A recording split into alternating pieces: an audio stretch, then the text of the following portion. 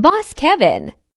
Hola guys, untuk pengetahuan anda, kita adalah dealer sah untuk helmet AJC. Tapi sekarang dealership AJC dah bertukar tangan.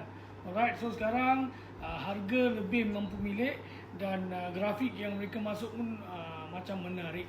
Alright, so stok kami dah mendarat. Jom kita tengok sikit. Pearl pakai model guys, Pearl pakai model. Ni semua dah campur-campur model lah. Memang cantik sangat. Macam ni semua very nice. Ni terbaru lah. Alright, very nice. Kemudian dalam pun best. Right, double visor. Memang menarik. Grafik pun menarik. Kita ada F31. Ni semua F31 tau. F31 macam nak gigit dia punya finishing tu, nampak? Very nice guys. Dia ada grafik lain juga. Saya tak tunjuk semua lah. Ni saja saya nak bagi contoh lah. Alright. Dan memang sangat-sangat menarik. Gemuk, empuk.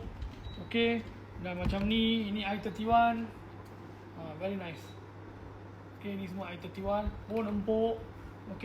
Untuk i31 ni harga tak sampai pun, yang grafik ni tak sampai 800. Alright. Tapi untuk AJC 800 murah daripada 800 ni actually. Tak sampai 800. Very nice guys. Very nice. Dan kita ada juga yang yang Alpha 31. Alright, Alpha 31 betul tak? Dia banyak dia punya nama Alpha 31. Ni sangat-sangat cantik. Ini arah anda anytime boleh kalah dengan ni. Sebab apa? Dia punya even dia punya visor pun boleh dipanjangkan. Dan sini pun dia ada lock. Dua side dah lock. Kemudian van yang sangat-sangat menarik. Belakang pun van. Ni pun ada van tau actually. Ni. Memang sangat menarik guys. Ini saya cakap menarik-menarik tak guna. Anda akan datang, cuba tengok. Alright, memang anda akan rasa lah the beza ni. Dia punya quality.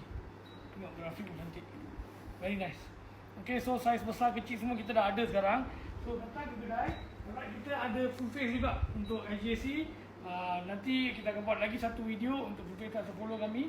Untuk sekarang memang ini semua dah ready stock lah. Alright, so datang, cuba dulu. Ada special discount, intro offer.